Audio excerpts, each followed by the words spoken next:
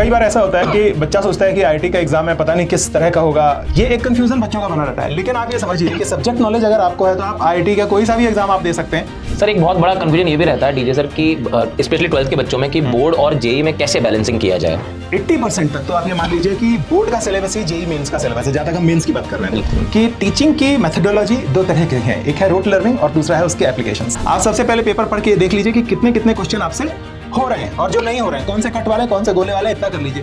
Hello बच्चों, इस video में हम आपका स्वागत करते हैं। मेरे साथ हैं केमिस्ट्री विजार्ड डीजे सर और मैं विपिन शर्मा वीएस सर। हम इस वीडियो में आपको आपके कुछ कन्फ्यूजन्स दूर करने वाले हैं। आप इस वीडियो को बहुत ध्यान से सुनिएगा। तो डीजे सर, कुछ बच्चों की प्रॉब्लम्स होती हैं और अपन उनको एक एक करके एड्रेस करते हैं। बिल्कुल। तो ये lack of knowledge of paper standard, इसको आप एलाबोरेट करें प्लीज थोड़ा। कई बार ऐसा होता है कि बच्चा सोचता है कि आईआईटी का एग्जाम है, पता नहीं किस तरह का होगा, कैसा एग्जाम होगा, हम कैसा देते आए हैं, कैसा हमने अभी तक जो तैयारी की है वो हमने बोर्ड के लिए प्रिपरेशन किया है, बोर्ड के प्रिपरेशन में हम क्या आईआईटी को मैच आउट कर पाएंगे कि नहीं, किस तरह से होगा। ये एक कन्फ्यूजन बच्चों का बना रहता है। लेकिन आप ये समझिए कि सब्जेक्ट नॉलेज अगर आपको है तो आप आईआईटी का कोई सा भी एग्जाम आप दे सकते हैं। आप जितने भी एग्जाम देंगे आपके उस सब्जेक्ट से रिलेटेड ही होंगे। वो सब्जेक्ट अगर आपने अच्छे से तैयार किया है, आपने उसके एनालिसिस की है, आप उसको अप्लाई करना जानते हैं, तो आप उसको कई जगह पे अप्लाई कर सकते हैं। बिल्कुल सर। जैसे आपने मान लीजिए ABCD लिखना सीखा है और आपको अब उसका कोई स्पेलिंग बनाने के लिए आएगा तो वो आप बना पाएंगे धीरे धीरे, क्योंकि कुछ प्रैक्टिस आपने की है उसकी, इसलिए। तो वैसा ही आईआईटी जेई का एग्जाम है। आपने जो बेसिक्स पढ़ रखा है उसी बेसिक्स को अप्लाई करने के लिए आएगा। क्योंकि आप जैसे बच्चों के लिए एग्जाम बना है, जो 12th वाले बच्चे हैं वो अगर एग्जाम दे सकते हैं, तो 11th 12th का कोर्स अगर आपका आपने अच्छे से कर रखा है तो आप आईआईटी जेई में बिल्कुल निडर होकर जाइए, अच्छे से पेपर दीजिए। सर एक बहुत बड़ा कंफ्यूजन ये भी रहता है डीजे सर कि स्पेशली 12th के बच्चों में कि बोर्ड और जेई में कैसे बैलेंसिंग किया जाए, इस पर कैसे काम किया जा सकता है। देखिए ऐसा है, जहां तक 80% तक तो आप ये मान लीजिए कि बोर्ड का सिलेबस ही जेई मेंस का सिलेबस है, जहाँ तक हम मेंस की बात कर रहे हैं। बिल्कुल सही बात है। क्योंकि आप एनसीईआरटी से, मैं तो केमिस्ट्री में ऐसा देखता हूँ कि एनसीईआरटी की word to word, line to line जो है वो आ जाती है आईआईटी जेई में। कुछ हद तक ऐसा फिजिक्स में भी होता होगा, कुछ हद तक मैथ्स में भी होता होगा।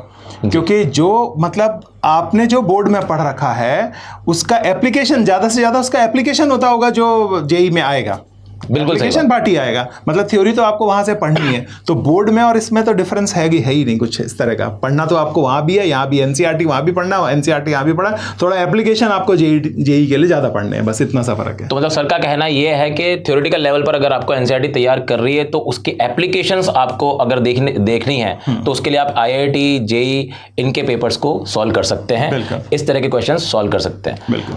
अगला है सर अपना, किस तरह से अपन को केमिस्ट्री अटेम्प्ट करनी चाहिए। हाँ, जैसा कि मैं इस वाले क्वेश्चन में एक बता रहा हूँ, एक बात और बताना चाहूँगा आपको कि टीचिंग की मेथोडोलॉजी दो तरह की है, एक है रोट लर्निंग और दूसरा है उसके एप्लीकेशंस, है ना। रोट लर्निंग का मतलब ये है कि हमने थ्योरी पढ़ी, कोई सब्जेक्ट की हमने थ्योरी पढ़ी, वो रोट लर्निंग है।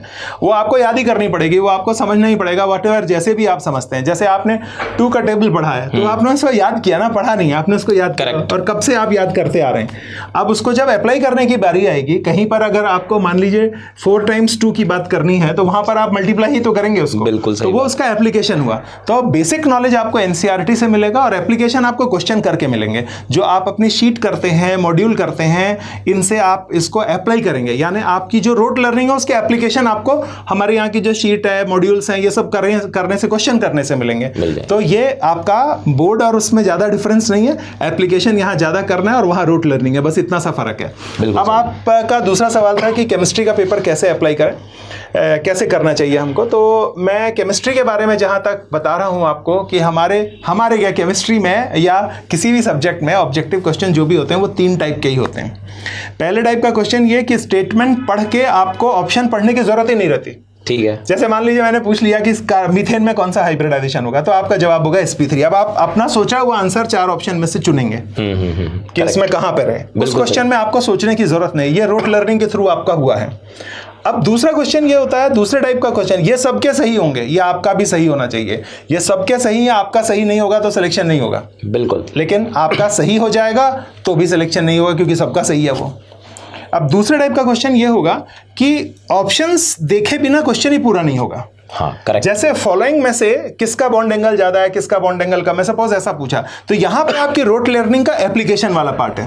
बिल्कुल। ऐसे क्वेश्चन में आपको सब्जेक्ट नॉलेज लगाना पड़ेगा, है ना। तो वो दूसरे टाइप का क्वेश्चन है। ऐसे क्वेश्चन में आप पहले वाले क्वेश्चन में तो आप राइट लगाइए, दूसरे वाले क्वेश्चन में आप गोला लगाइए, क्योंकि आपने इन क्वेश्चंस को छांट लेना है। पहले गोला लगा लिया, इसका मतलब आप उसमें सब्जेक्ट अप्लाई करेंगे और वो आपसे हो जाएगा। सही बात है ना। और तीसरे टाइप का क्वेश्चन वो होता है जिसमें क्वेश्चन पढ़ के आपको लगेगा कि ये केमिस्ट्री का क्वेश्चन है भी कि नहीं है, वो बिल्कुल देखा हुआ ही नहीं लगेगा आपको। ऐसे क्वेश्चन में कट लगा दीजिए, क्योंकि ये आपने कभी ना देखा है, ना आपकी इसकी रोट लर्निंग हुई है, ना आप इसको अप्लाई कर पाएंगे। ऐसे क्वेश्चन में कट लगा दीजिए। अब आपका हो सकता है क्वेश्चन नंबर 1 और 2 और 3 जो है वो कट वाले क्वेश्चन हो, जिसमें आपको पता है कि आपसे होने ही नहीं है, लेकिन आपने पेपर शुरू किया क्वेश्चन 1 2 3 से, तो आपको पता चल गया मुझसे ये भी नहीं हो रहा, ये भी नहीं हो रहा, ये भी नहीं हो रहा, और चौथा क्वेश्चन जो आपका राइट वाला है वो नहीं हो पाएगा, क्योंकि अब आप नर्वस हो गए वहां पे। गोले वाला क्वेश्चन नहीं हो पाएगा आपसे, वहां अप्लाई नहीं कर पा रहे हैं आप सब्जेक्ट को। तो उस समय आपको ये करना है कि सबसे पहले कॉपी में आपके पेपर में आपको ये करना है, टिक करना है कि कौन 1-7 मिनट लगेंगे आपको पेपर पढ़ने में। वो वेस्टेज नहीं है, वो एनालिसिस है, वो आपका इन्वेस्टमेंट है। आप सबसे पहले पेपर पढ़ के देख लीजिए कि कितने कितने क्वेश्चन आपसे हो रहे हैं और जो नहीं हो रहे हैं, कौन से कट वाले कौन से गोले वाले, इतना कर लीजिए। और राइट और गोले वाले क्वेश्चन को अटेम्प्ट कीजिए, कट वाले पे जाइए ही मत। तो उससे क्या होगा, आपका नेगेटिव नहीं होगा। ऐसे आप पेपर अटेम्प्ट कीजिए और बहुत बढ़िया कर पाएंगे आप केमिस्ट्री में। यही बात बच्चों मैं मैथ्स के लिए कहूंगा। सर ने जो बातें कही वो तो सारी लागू होती हैं, वो तो किसी भी पेपर को सॉल्व करने में लागू होती हैं। मैं ये जरूर कहना चाहूंगा आपसे कि जैसे कई बच्चे जो होते हैं ना वो ट्रेडिशन पर काम करते हैं कि भाई क्वेश्चन पढ़ा फिर सॉल्व किया, लेकिन कंपटीशन में प्लीज आप ऑप्शंस भी पढ़ा करें। कई बार क्वेश्चन ऑप्शन से ही खत्म किया जा सकता है। बिल्कुल। तो ये पेपर सॉल्विंग स्किल में शुमार होता है। और मैं बार बार ये कहना चाहता हूँ, सर ने जो बात कही थी वो मैं थोड़ी सी और आगे बढ़ाना चाहूंगा कि अगर क्वेश्चन पेपर में कोई भी क्वेश्चन ऐसा आपके पास था जो कि आप अटेम्प्ट कर सकते थे, आप सॉल्व कर सकते थे, लेकिन आप उस तक नहीं पहुंच पाए, तो ये आपका मिसमैनेजमेंट कहलाएगा। ऐसा क्वेश्चन जो सब कर रहे हैं वो आपको भी करना है, ठीक है। और कुछ क्वेश्चंस ऐसे होने ही चाहिए आपके पास जो कि आप करेंगे और आपको पता है कि ये उन चैप्टर्स में से हैं जो कि मुझे एकदम से बहुत ज़्यादा आगे भेज सकते हैं। और मैथ्स की जहाँ तक बात है, मैथ्स आप हार्ड ही एक्सपेक्ट करें। और मेरे हिसाब से जो इस साल का ढर्रा रहा है 2025 का, मेरे ख्याल से 12 क्वेश्चन में आप सिक्योर हो जाएंगे मैथमेटिक्स के अंदर। वो 12 क्वेश्चन आपको सिलेक्ट करने हैं, ढूंढने हैं और अच्छे से उनको विदाउट नेगेटिव मार्किंग करके आना है। तो सर इसके अलावा और कोई पॉइंट अपन बता सकते हैं क्या बच्चे को? ठीक है, बच्चा अगर इन चीज़ों को ध्यान में रखे, अपना कॉन्फिडेंस में रहे, भरोसे में रहे, उसने जो साल भर मेहनत की है, अगर उस पर उसको लगता है कि आप हमेशा ये रखिए कि आपने जो किया है वही आपको मिलेगा। आपने मेहनत की है तो अच्छा मिलेगा, नहीं किया तो भी अच्छा नहीं मिलेगा, वही आप उसके लिए तैयार हैं, क्योंकि आपने वो काम ही किया ऐसा। तो जो भी आपने काम किया वो आपको मिलेगा।